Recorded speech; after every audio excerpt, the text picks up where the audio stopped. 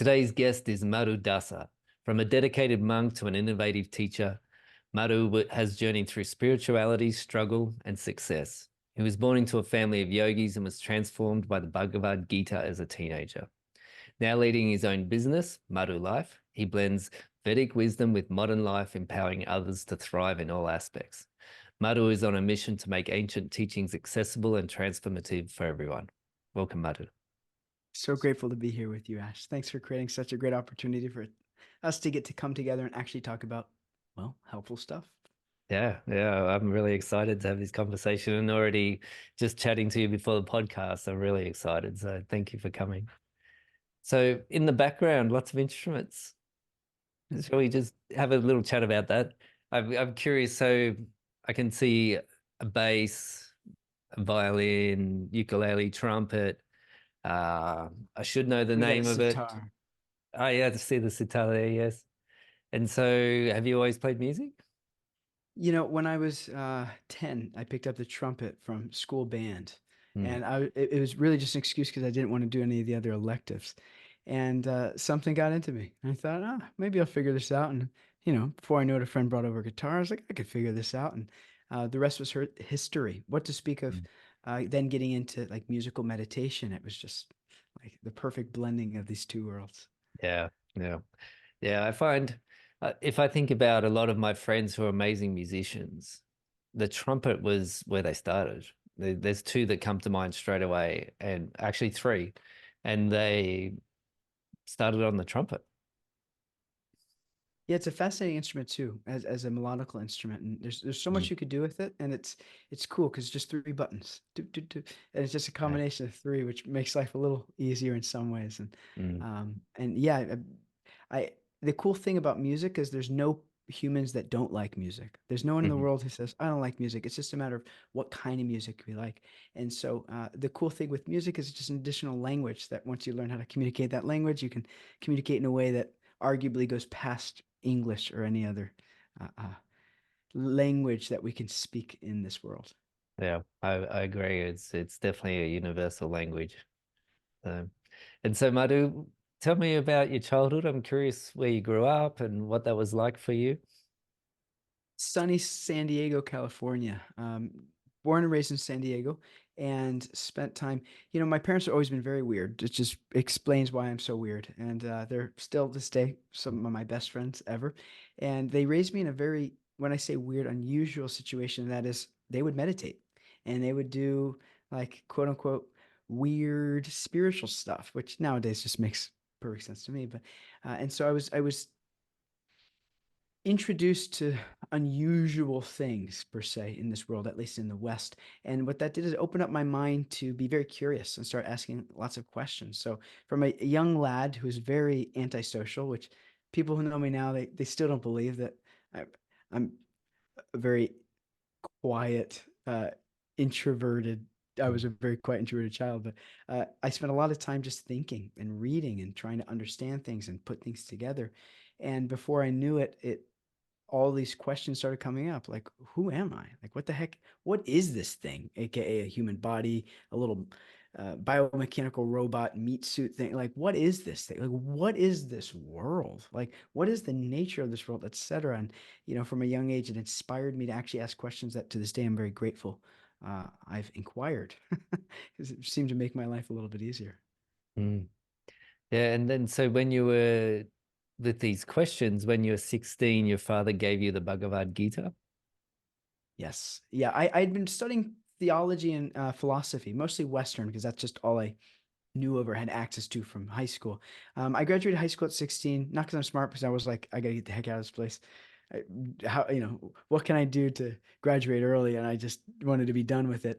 Mm, And I was studying there, philosophy and theology, what was available. And I was still so unsatisfied. There were so many questions I still wanted answered, but when I would ask people, it would either say, "Oh, you asked too many questions," or it would say, "You just have faith," or it would just say, "I don't know the answer," whatever the case. So I was always unsatisfied. Like, there's got to be answers to these questions, and so I never went to my parents about this though, because they're your parents. They can't be cool. There's no way. Mm, But my dad said, "How about this? I'll give you $100 if you read the Bhagavad Gita." Which, for those of you not familiar, it's only 5,000 years old. That's it. It's a literature that teaches the nature of self and this nature, the world around us, as well as the nature of divinity.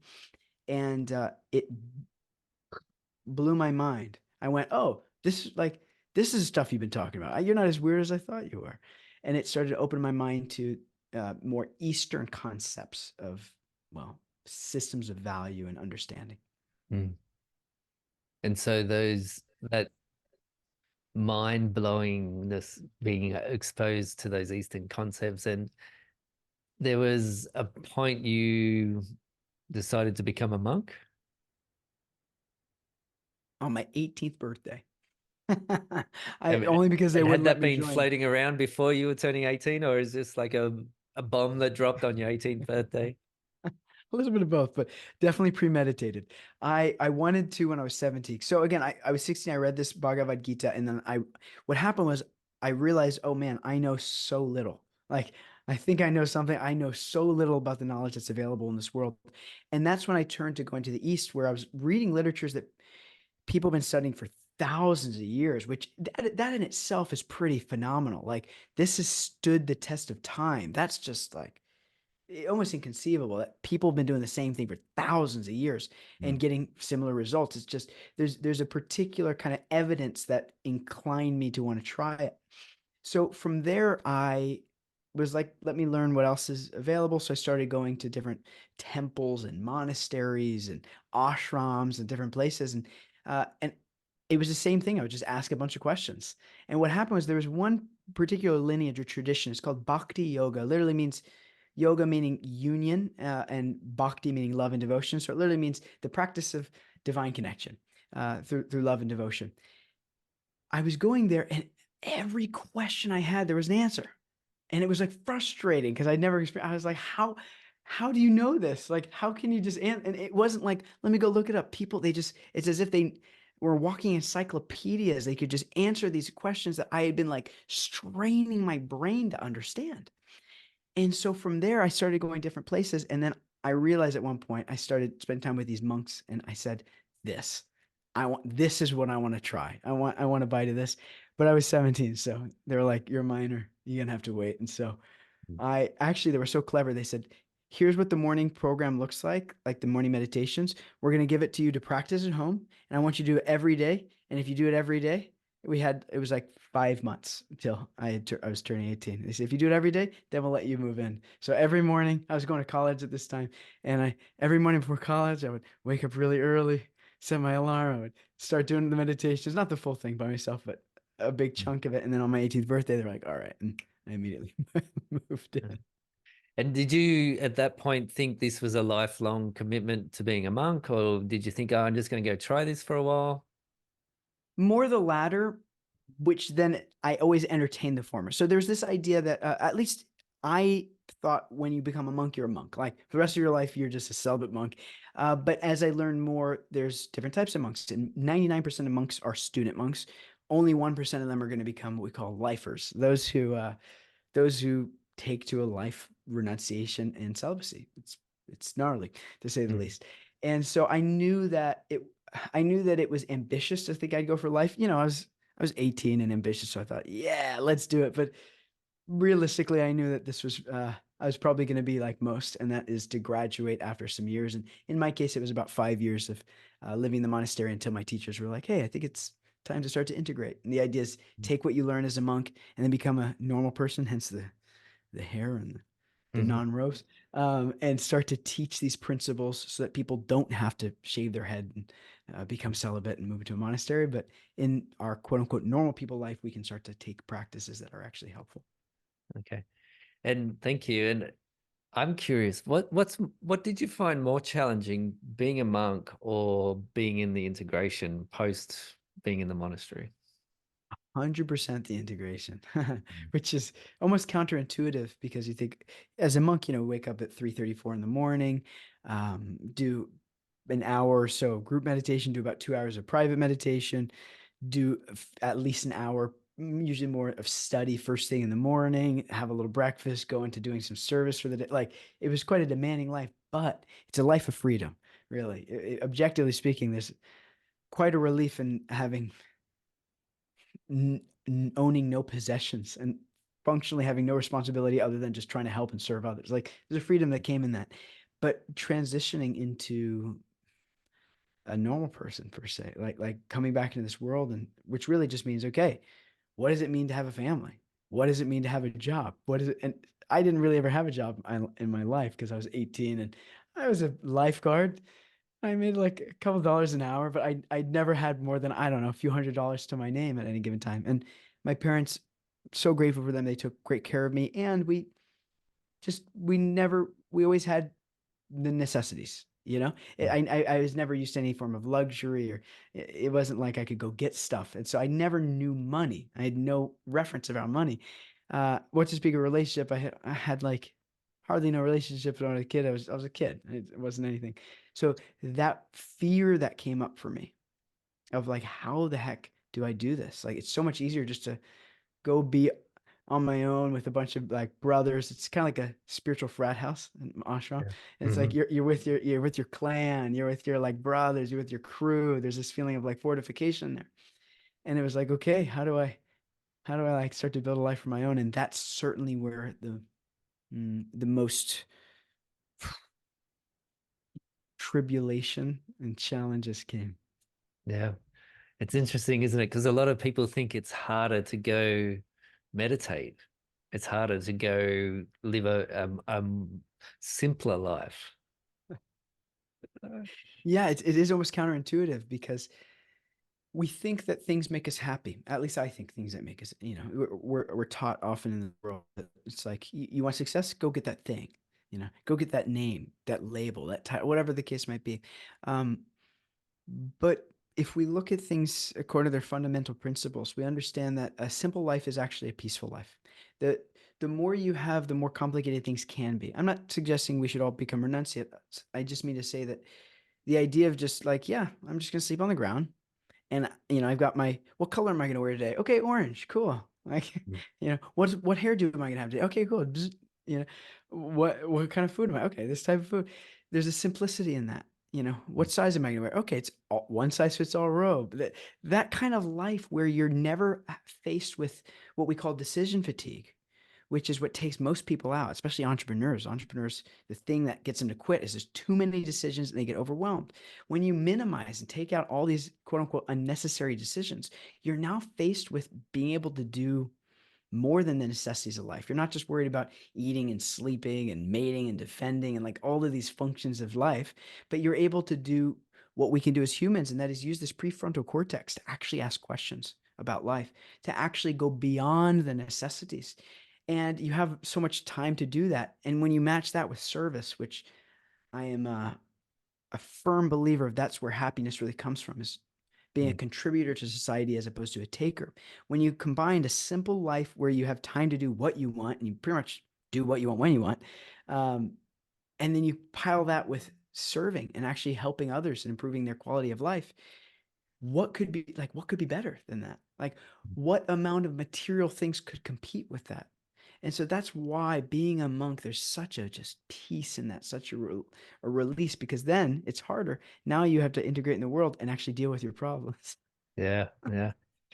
And what was the hardest time in the monastery for you? Was there a sort of, because I'm curious, as you become more and more aware of who you are in that state of not having the other responsibilities, there's got to be these points where you hit these levels. I compare life to often to like a game of Mario, right? And it's like, oh, I just got to get past this level, and then something happens internally and externally where the world opens up.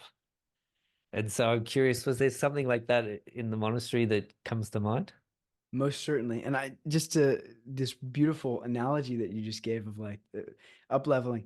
It's amazing too, because every level you go up, it's not that the levels get easier, you're just no more equipped to deal with them. And so I think that your analogy is just so brilliant in that case, because sometimes we think, oh, now I'm done with it, things will get easier. No, things don't get easier. You just become more equipped to deal with the mushrooms and the turtle people and all Yeah, that stuff. yeah.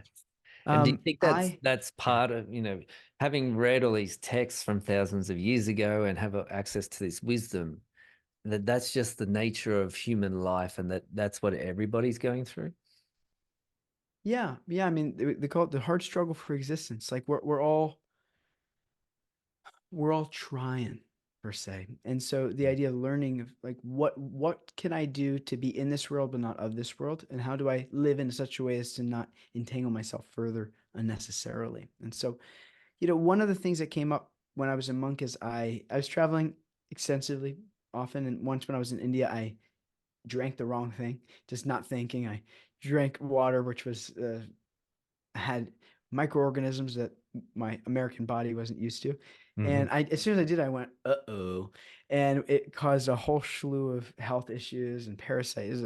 I won't gross anyone out by giving the details, but it actually wound up debilitating me, bedridden, unable to move much, just kind of like moving a little bit, and I couldn't really eat much, etc. And what that did is it forced me to really be faced with this idea that um, number one, can you be committed when the body's not functioning optimally?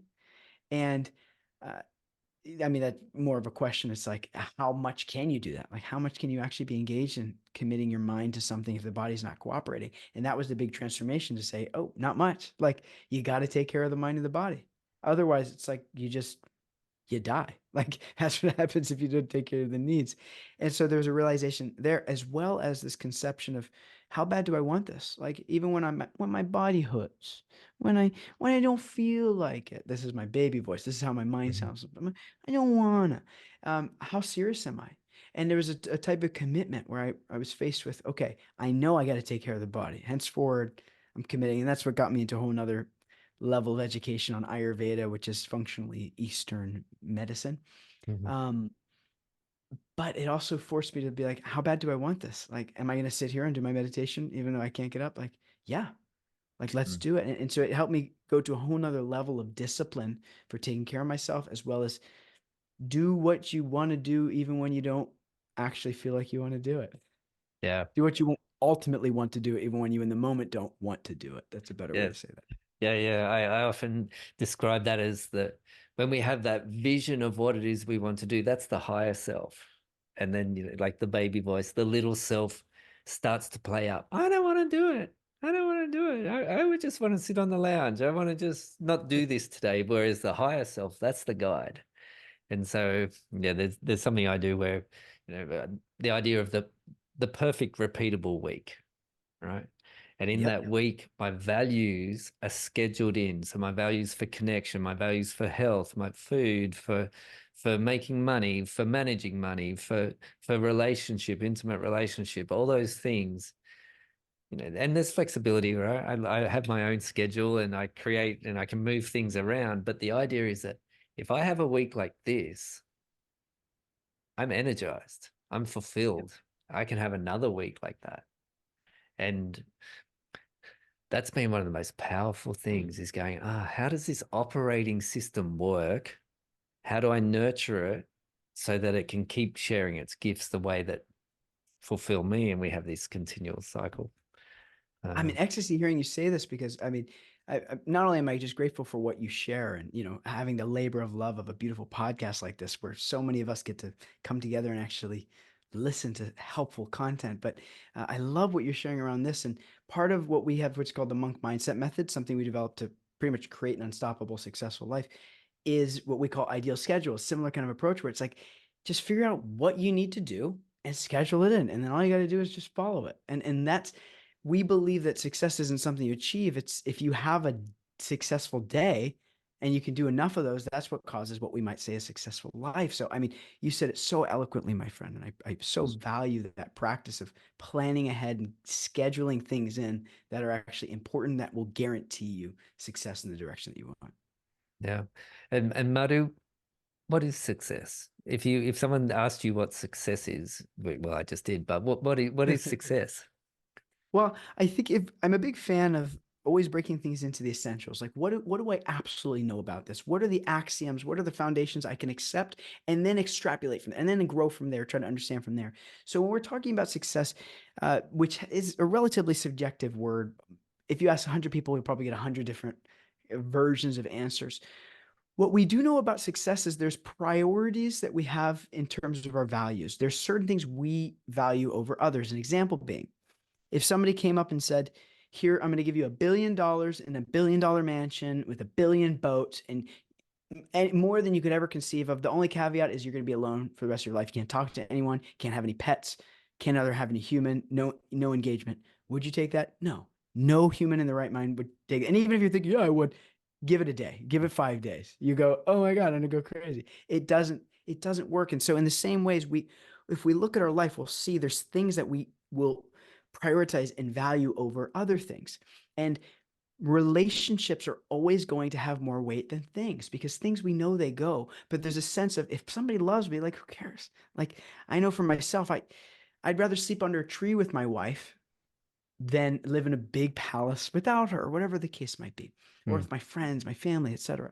So if we look objectively, we'll see there's different priorities. And kind of going back to your point you mentioned of like understanding your values, is getting a clear idea of what's actually important to me, not even just in this life. I believe that if we look even past this life, if we look at the real us, which means the you, the unit of consciousness, aka self, soul, spirit, whatever term we might want to give for it, we're talking about the same thing. It's the you driving around the body robot, which is why you say this is my hand or my hair, my eye. We don't say I hand, I, right? The real you driving around the body that's changing every 7 years, when every single cell in your body changes every 7 years or so.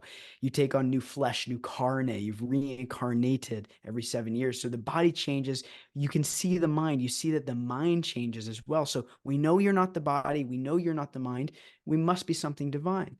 So we want to create a concept of success around our ultimate success, which doesn't just mean the physical body, doesn't just mean the mind, but it means being in touch with the real us, the real self, the real soul, the highest version, the highest potential of ourself, and acting in accordance with that principle of self. And really what that looks like is, am I living a life that not only improves my quality of life, but also improves the quality of life of others in such a way that things, if there is an afterlife, which is a conversation that we could have. It's a very fun conversation. If there is, which I believe there's more evidence for than not, um, I want to cultivate something that's going to go beyond the few years or decades I get to be in this one version. And so real success means improving my quality of life while improving the quality of life of others. And ideally, with a little caveat of doing it in such a way that it will hopefully carry on even past this physical body. So, Madhu, that's fascinating. And you know, you're talking about the afterlife, right? And I know for me, I had this near-death experience where I went into hospital, had an operation, and then they tore a vein and I bled out for 16 hours. And I got to this point where I had no pulse, I wasn't breathing. I was consciously aware that I was dying and I blacked out. And what I experienced was that I was me. I literally felt myself as ripples just going out into the universe. And I'd had a similar experience meditating. And I just kept going out and out and out. And I was surprised that I was me. I thought I'd become some enlightened being, but I still was. I was in this experience. I was like, oh, there's the essence of me. How curious. And there was other things that happened, but I'm curious around what your beliefs are around the afterlife, or any experiences or insights you may have. Yes, well, what a gift that we still have you here. That's for Yeah. sure. Um, the way I've learned and understand, having studied various types of philosophies and theologies around the world, is there's a few things that everyone seems to agree on based off, again, kind of first principle logic of like, what do we know? And then what makes sense based off what we know. And one thing I like to share is that when it comes to the afterlife, or with whatever term you want to give for what happens after we leave this meat suit, aka human body, one thing we do know is that there's two options. It's either that nothing happens or something happens. And I think it's just important to just define our terms here. if nothing happens, if when we die, it's just nothing's real, nothing exists, we go into nothingness, etc. That means not only is it kind of an unfortunate situation because you don't know one way or the other. So for you to choose the nothing is just kind of a bummer, but we can get into that in a second. That means you also come from nothing.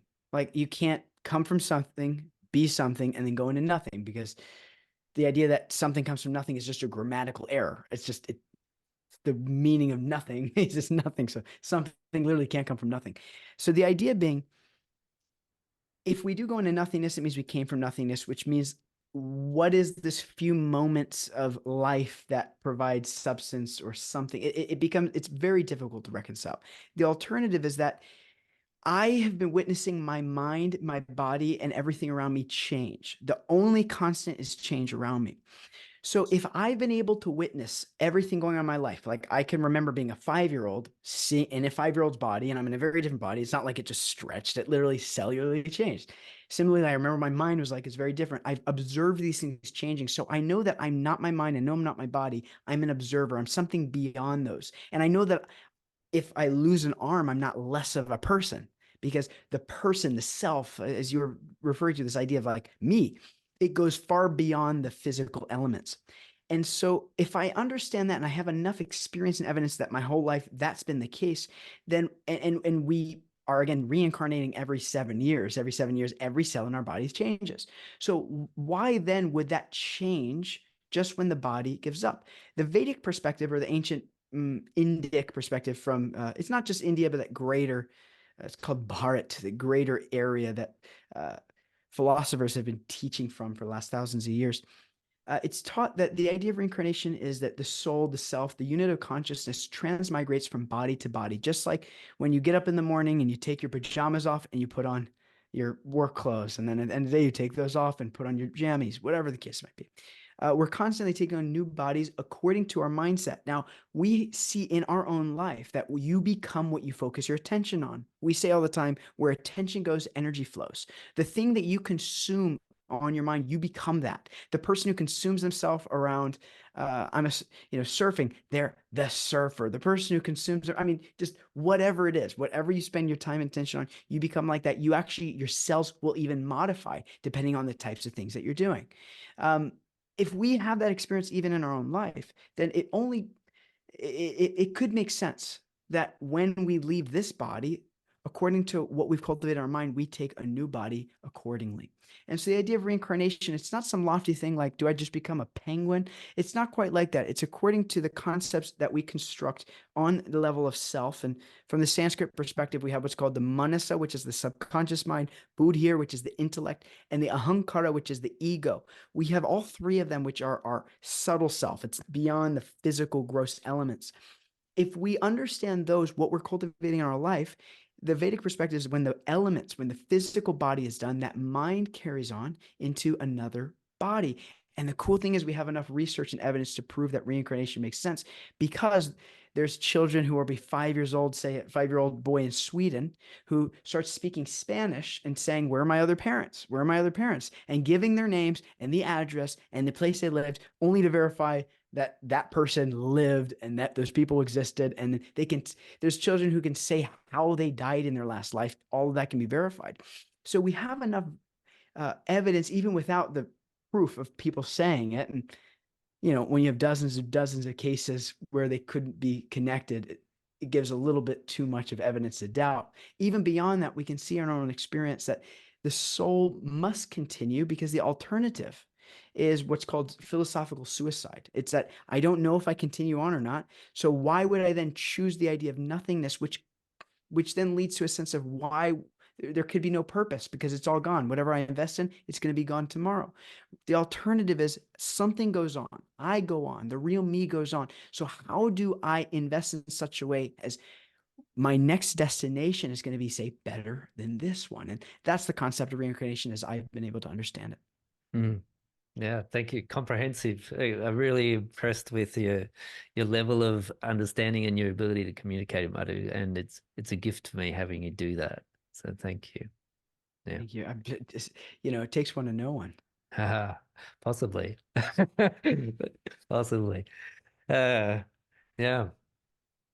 So you had this period of time being a monk, you came out, and we sort of chatted about the challenge that it was more challenging being out of the monastery than being in the monastery.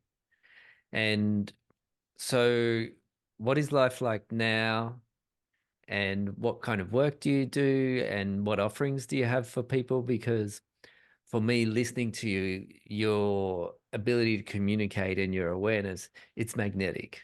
So I'm guessing if you're a listener and you're thinking, oh, I'd like to check out what Madhu does more and learn more. So what's life like for you now, and what offerings do you have? Well, I'll start by saying that what we have is the monk mindset method, which is we have a free community that I'm a big believer of. I give everything away for free. So as a teacher, and I can go into those details of what we teach on, but we give everything away for free. And our business model is just we help with implementation. The people who don't want to do all the work themselves, we just give them the support. Um, I can give some details of how to find the community if you guys want to binge some courses and be part of a pretty dope spiritual community that we have. But functionally, what I did after graduating the monastery is I used some of the knowledge I learned in the monastery and started teaching it. So specifically two things. One is, well, as most would guess, meditation, as taking the principles that I taught about mindfulness meditation. And ultimately, I would just say controlling the mind, learning to make your mind your best friend. Because if you don't control the mind, it controls you. So I was teaching elements around that, as well as Ayurveda, which is a Sanskrit term. Ayur means quality of life, and Veda means the knowledge of. So it's a science of improving the quality of life that's been around for many thousands of years. And so I studied that as a monk, actually, after getting over my terrible health crisis that took me out for about 6 months. And I just started facilitating these health experiences and these meditation experiences. And then after a few years of doing that and a lot of mistakes and quote unquote failures, I don't see them as failures, but objectively, somebody might say, yeah, it failed. Eventually, we were able to create a very successful business, started with 6 figures, then doubled that, and then eventually just kept growing and growing. And what happened was, after years of running this mindfulness and health, pretty much like online education, working with people one on one in groups, a bunch of other friends who were experts in healing and meditation would say, "Hey, Madhu, like, how the heck do you make money doing this?" Mm, Like, there's a stigma. It's like, "Oh, I'm a healer. I got to be broke." mm, And I mean, as somebody who pretty much comes from poverty and literally had nothing to my name, I'm a big believer of like anyone can create anything. And, somehow or other, we have a big team, big employees, a very successful business. And it's only from serving. It's just from the mood of trying to help and serve and contribute to others. And then if you do that enough and you actually serve and bring value, people want to give you money. It's pretty simple. So what happened was people would ask me these questions and I would just start answering. I'd say, hey, do this, do that. And I found myself talking more about helping people create sustainable businesses than even Ayurveda. And so I realized about almost 3 years ago that it would be much more of service for me to help other healers to go help others than I could just helping one at a time. Say I have the capacity to help a few dozen at a time.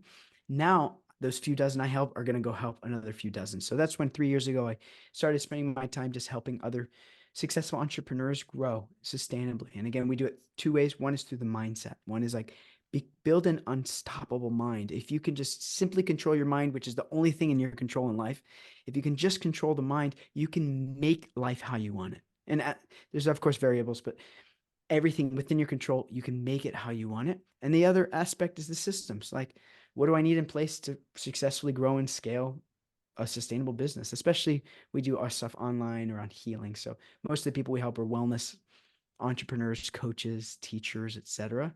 mhm. Everything from Ayurveda to therapists to physical therapists to traditional Chinese medicine, etc. And my passion really is helping them because money amplifies whatever on your mind. If people say money makes you bad or whatever, but I say if you're of a good mind, money makes you gooder. If you got a bad mind, money makes you badder. The idea Yeah. being it just amplifies what's there. So I love helping people who want to help because then by helping them make more money, they're just giving more in charity. They're changing more people's lives, etc. So that's really been my passion for these last couple of years now. Yeah, wonderful.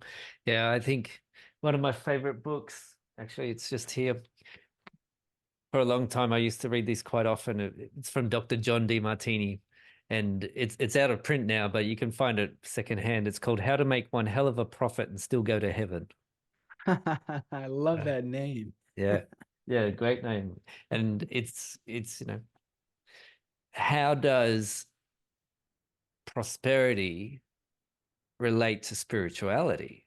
And fundamentally, if it's you're getting freedom from your prosperity and becoming more of who you truly are and being able to serve, ah, money's not necessarily evil.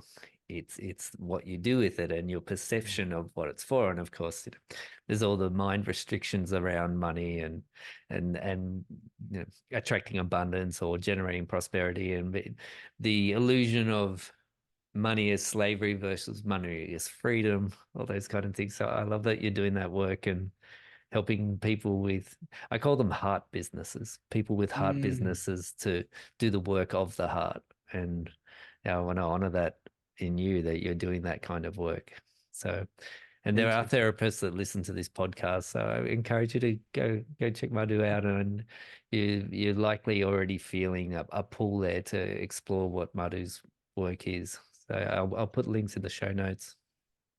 I appreciate you saying that. And one thing I like to say too is, that's just in my professional life, but our community, the type of thing we do is, it's really there for anyone to, those specifically who are willing to take some time every day to learn how to control the mind. That's what we have. And so we have free courses from everything from mindset to even our courses, which called conscious closing systems, which means like how to sell yourself in a way that's integrity, never manipulative, but from a place of service, et cetera. And like Mm. how to do the systems behind it, how to get more clients from a place of integrity. We have all that, but we also have Ayurveda and health and holistic health. And again, we have all these courses for free. So anyone that's there, what I'd like to say is that if you're interested in the support, if you're interested in just taking things to another level, which really just means getting some new knowledge, uh, feel free to join us. And the cool thing is, all we'll ever ask, there's only one expectation. The reason we give it for free is we have one ask, and that is anything you use to change your life, you please give it to at least one more person. Just whatever you can use, whatever you could learn from whatever we share, is just please just give it to at least one person, and then we're happy. Then the debt has been paid. Yeah. Yeah, I'm thinking of this of a Amazonian tradition in the tribes, which is that if you're given something, you give more than you receive.